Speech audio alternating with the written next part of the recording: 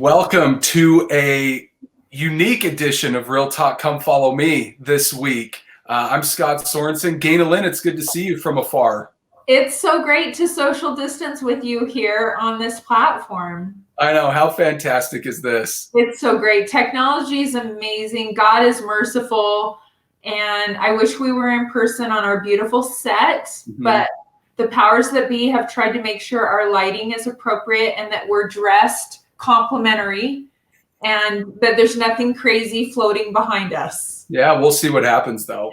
Yeah, but haven't you loved seeing Scott? I mean, what's great about a pandemic is that everyone is having this experience. It's not like just happening in Utah County and we're the only ones trying to figure out how to keep our show going.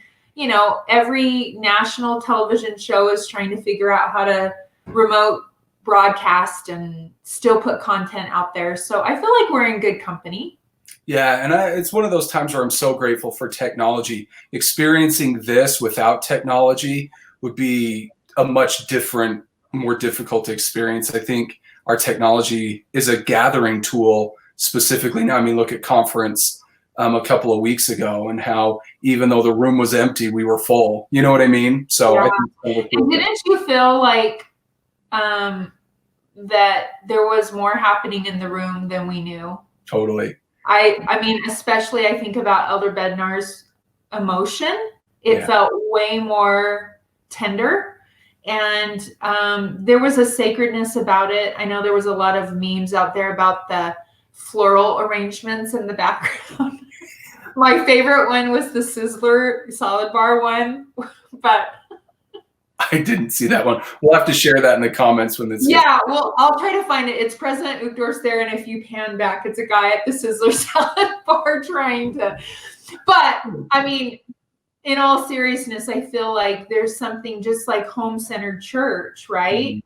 And we're going to dive into that a little bit about having seers and prophets on the planet today. I think we're living some of the prophecies. In fact, I know we are. And there's a sacredness about being at home. And there's a sacredness that I think was happening at conference as well. And we prayed before we went to the recording on this because we really want to make sure the Spirit translates through our technology.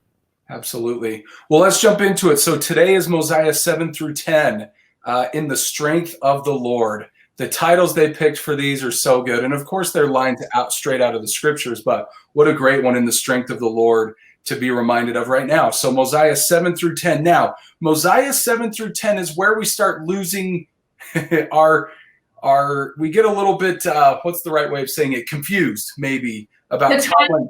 Yeah, the timelines go a little crazy. And every time even studying for this episode, Scott, I was like, wait, I knew this a few months ago. Why am I still having to map? I'm pulling out all my reference books and trying to chart it because it's a little confusing. And there's multiple names that we repeat in different eras, and that's confusing. Yeah, so let me just do one thing to maybe help with this. Yes, seminary teacher Scott. Well, it's a lot easier when you have a whiteboard, maybe one day. But anyway, what I would say is this: Omni, the end of Omni chapter 1 helps to explain some of this. But I would say essentially just look at contrasting. There's kind of two different storylines going on generally. One of them is Mosiah the First.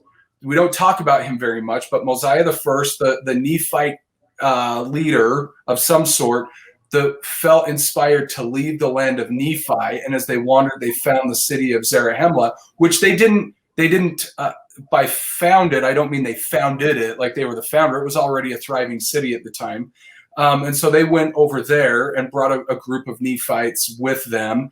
And then he has a son named Benjamin, and then King Benjamin, of course, he has a son named Mosiah. So Mosiah, Benjamin, Mosiah.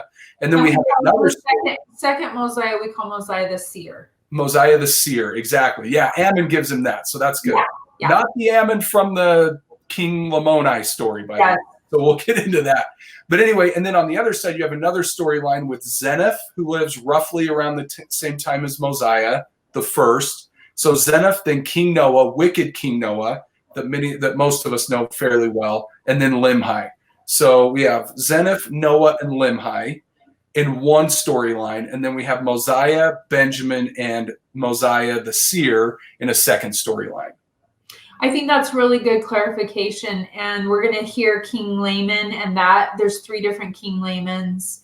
There's one from 400 years before this. Then there's another one that's going to be in the future. And so I think it's okay. Like, let's just have permission that's why we keep reading the same books of scripture, right? But I will say this, because now it's going to get more complicated in storyline as far as it's not just one family in the wilderness, like 1st, 2nd Nephi and Jacob and Enos, right? Those are all pretty similar. They're all the story of one family. We can grasp that. But what I love about this is while the story gets more complicated, it starts to apply in more complex situations, which I think you and I will hopefully be able to bring out. Like, life is complicated. We all know that. We experience life in different ways. And as the Book of Mormon starts to add in more storylines, it starts to address that in a much better way, I think, moving forward. Now, let's jump into it. I know you really love Ammon. In Mosiah 7, we get this introduction of Ammon. Again, not Ammon with King Lamoni. That's in Alma 17. That's later on. This is a different Ammon. Why don't you talk, maybe it's tell... not the arms being... Not the arms guy. Yeah. It's not the arms guy. Maybe we would call him the legs guy, because they're walking for 40 days. That's pretty good. Ammon the legs guy takes his 14 buddies, and they're trying to find these people, right? And they're not sure which way to go. If I knew nothing else about Ammon and this story, I could spend the whole 20 minutes of real talk on just that. Because I literally feel the emotion of that in my life. Like, I feel like the faith, the courage, the pliability of Ammon and his buddies to say, we're not sure which way we're going to go. And we're going to walk around for 40 days. We don't really know geographically.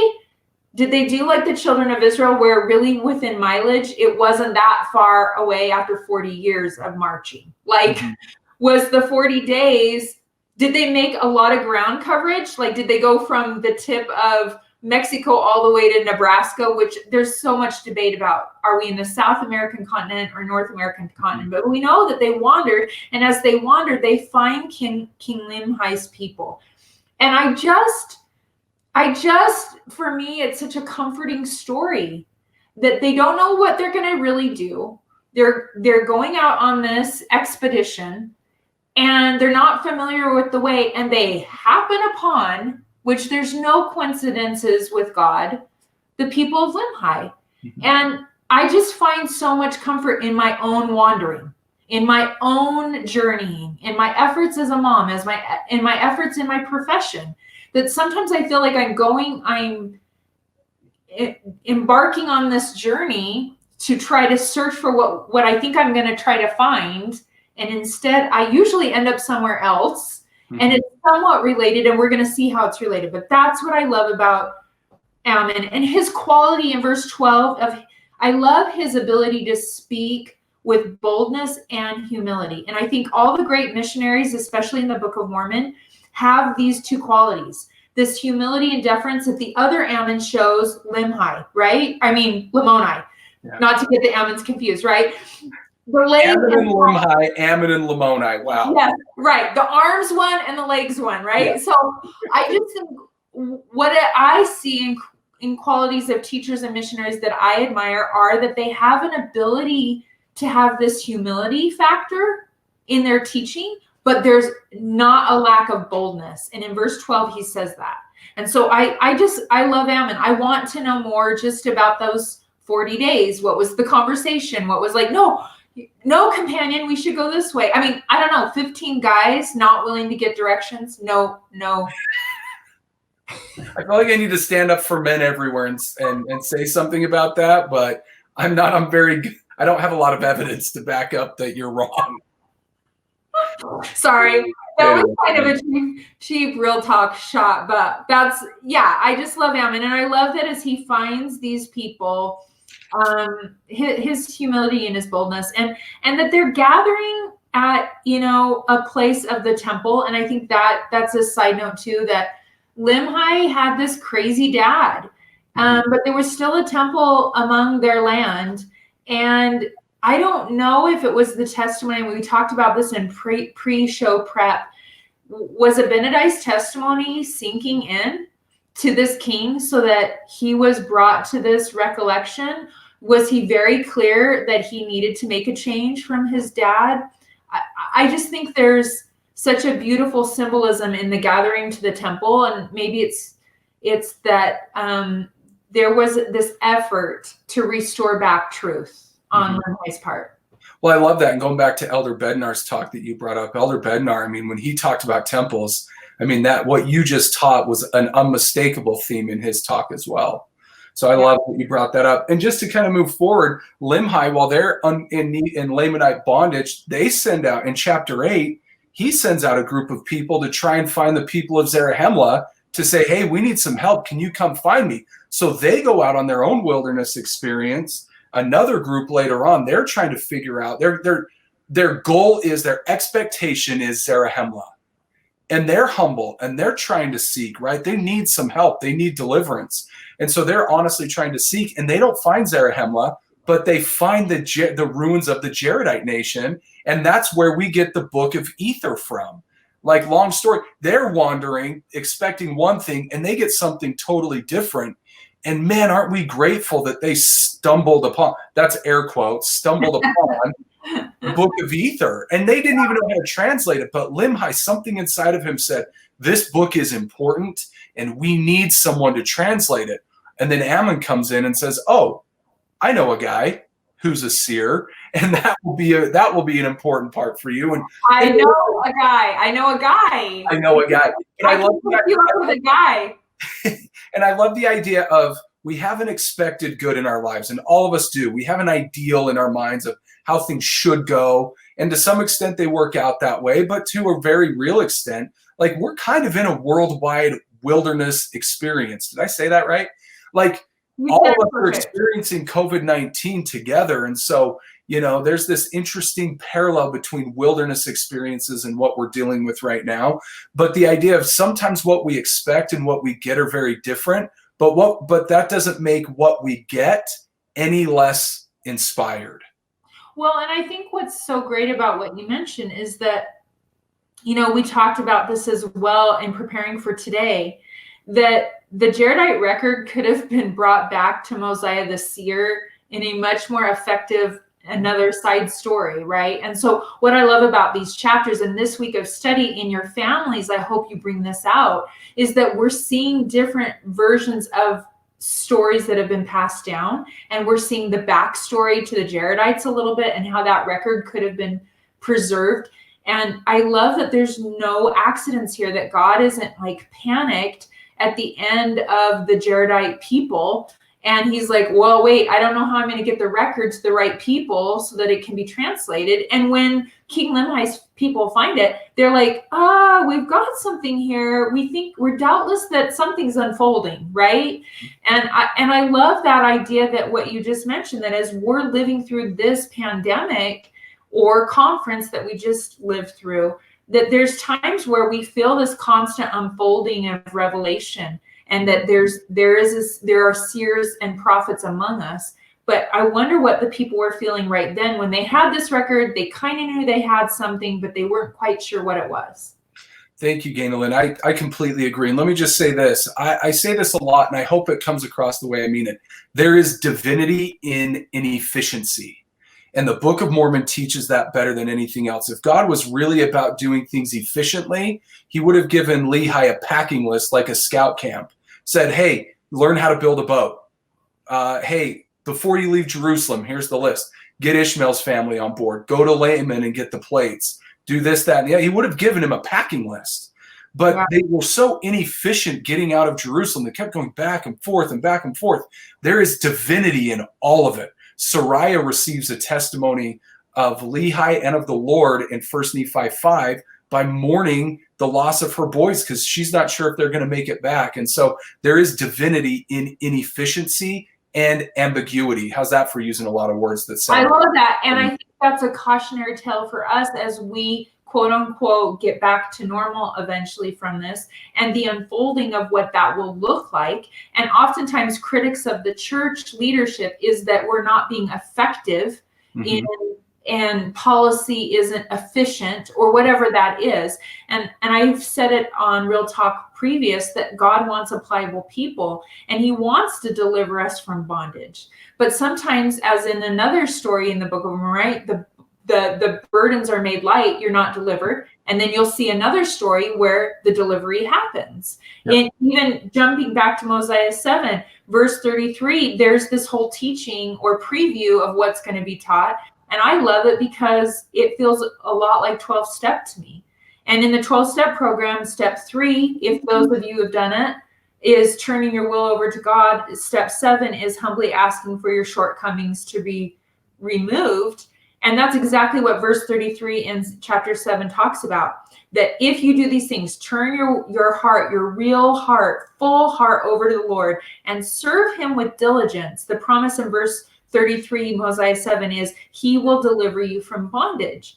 But I don't think there's a viewer of Real Talk or you and I, Scott, in our own lives where we don't have bondage in some area, where we can't look at our lives and say, okay, God, it would be so much more efficient to deliver me from this bondage if you would just remove this cancer, heal my marriage, take the heroin addiction away from my son, change the policy of the church, right? Then I don't have to wrestle with this faith crisis.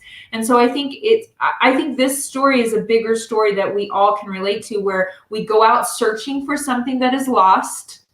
We go out with a goal on our mission. I mean, I'm thinking of all the COVID-19 missionaries. I'm labeling every missionary that's received a call in the last few months, been out in the field and come home early, was out for 18 months or 20 months and just figured out how to be a missionary, and then your mission was cut short. In 2 days, you're on a plane. That whole group are COVID-19 missionaries that are probably sitting in either a home MTC or their apartment still out in the field, or they've been sent home and they're being quarantined right now. And you're wondering, wait a minute, what's going on here? Where's the efficiency in this? I was called for a certain period of time in this certain mission with this mission president. I'm not done yet. And I think we're seeing the stories of Ammon and his friends and King Limhi and even the Jaredites and Zenith, where it's this ineffective mission that's unfolding. But it's divine. The preparation, like, can you imagine if we could see 30 years from now what these missionaries, the impact that they're going to have on the world, Ganel-Lyn? We've talked about this, you and I together. The impact they are going to have as leaders, women and men in the church, is going to be, we're going to look back and say, wow, look at what God did. Even though it feels like it was inefficient at the time, look at what he did. These COVID-19 missionaries, they are the future seers, the prophets, either called or otherwise. I mean, these are the people that are going to help prepare the world, like, for the second coming of Christ. And that's when we get into chapter 8, when Ammon talks about what a seer is. And just for sake of time, I'll just spend a second on this. They are people, they are seers. And we don't have just one. We have 15. We have a first presidency and a quorum of 12 seers, people who can see the future. And I love in verse 19, chapter 8, verse 19, after Ammon says, at the end of verse 18, he says that a seer becometh a great benefit to his fellow beings. The next verse, he talks about how they do these things for the purpose of unfolding such mysteries unto the children of men. That when it comes to policies and other things like this that feel inefficient, like that there's an unfolding, that we need to have an expectation of unfolding. And I just think simply, if we all have, many of us experience conference in different ways. Not everyone thinks that it was awesome. Not everyone had a fully amazing experience with conference. And maybe part of that is because some of the things you were hoping and expecting, there's some unfolding that is still happening. And so maybe there are things in the future that will fulfill those expectations, and maybe not, I don't know. But we do know there's seers that are leading this church. And I think it's a great opportunity to see where some of that is playing out right now. For example, I am grateful that Come Follow Me was unveiled a year before we needed to really execute it. And we were fully dependent upon it. I love that there was a policy change that you don't have to wait a full year to be sealed in the temple. To me, those are examples of where these 15 seers are discussing how to handle the finances of the church. Well, they're very prepared to help for a global crisis where there's a change in policy on temple marriages. Now there's this flood of couples that ran to the courthouse in America to get married before there was going to be this quarantine time. And so now the minute that's lifted and they can go to the temple again, they'll be able to be sealed. And I think those are examples where we need to be sign seers with the seers that have been given. And so one of the things that I think the adversary does is try to get us to look beyond the mark and try to be a seeker of signs as evidence for our faith. But he also tries to hide us from seeing what is literally unfolding in front of us. And we are living through that experience now. And I would amen. We're going to do a special episode for our COVID-19 missionaries, but I would amen that the teens, youth, and COVID missionaries of today, and I would even say the newly marrieds, are the future leaders ushering in the second coming. And they are being prepared. And I think in many ways, you can see in this week's study where there were so many different journeys and missions that did not result in the way. What a beautiful time to have that conversation within the context of what's happening in our world right now, where we're living that, where you may be experiencing a job loss and that was going to be your dream job, or you've lost someone to the virus and that was not your plan, or you got sent home from your mission and that wasn't part of your plan. So I amen everything you say. Thank you. Well, let's do this. Why don't we wrap up with our invitation today about maybe a more productive way of handling wilderness experiences while we're in them. Yeah, and I would say that we skipped over a lot of the Zeniff story, but I think the Zeniff story, if you remember, Zeniff is Noah's father and Limhi's grandfather. And so you're going to hear the backstory from about 200 BC to 121 BC, where the people of Zeniff find their land. And it gives you a perspective, and that leads into our invitation for this week. Get curious and pay attention to the story you're telling yourself. Are you telling yourself a story about the people you're married to, living with, working with? Are you telling yourself a story about the leadership in the church, or whatever that is, about yourself and your own strengths and weaknesses? And what are you telling yourself about this wilderness experience that we're all having right now? And our invitation this week is really to get curious and observe, because as Scott, you said, it's going to be a beautiful part of history when we write this story out. And the future leaders will have this to pull from as they make policy decisions, as they're the seers and revelators and prophets of the future, as they're the mothers and the general leaders of the church. They will have gone through something that right now, currently, the majority of leadership on the planet, whether it's a government official or a church official, has maybe lived through a war, but never lived through something like this. And so get curious about the stories you're telling yourself, because I think my stories get me in trouble.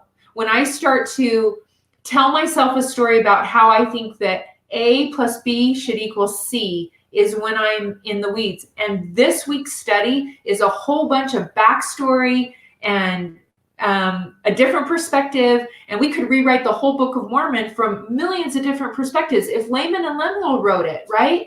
Or if the wife of Ammon wrote this, right? And she got the different story when he got home of what this journey was about. So that's our invitation, is pay attention to the stories you tell yourself in this wilderness experience that we're having, or whatever one you're experiencing right now, and get curious about it. Instead of getting backed into a corner about why it's not the result you think. Do you have anything else you want to close with? I like be observant, not judgmental. Be curious rather than condemning. And if you can do that, then that's the Book of Mormon teaches that expectation, that God's not done with us. We're in the middle of something right now that we don't see, but we are led by those who do, and to put our trust in them. And I think we'll be okay. So thank you, Ganel-Lyn, so much. This was a fun episode. It was fun. We went over I don't know if they're going to edit us out. We try to hit 20 minutes and we went over like 5 minutes, but I know. Oh, well. We'll blame it on the virus. Let's blame it on the virus. Absolutely. Thank you so much for joining us again, Real Talk family. You guys are amazing. We love you.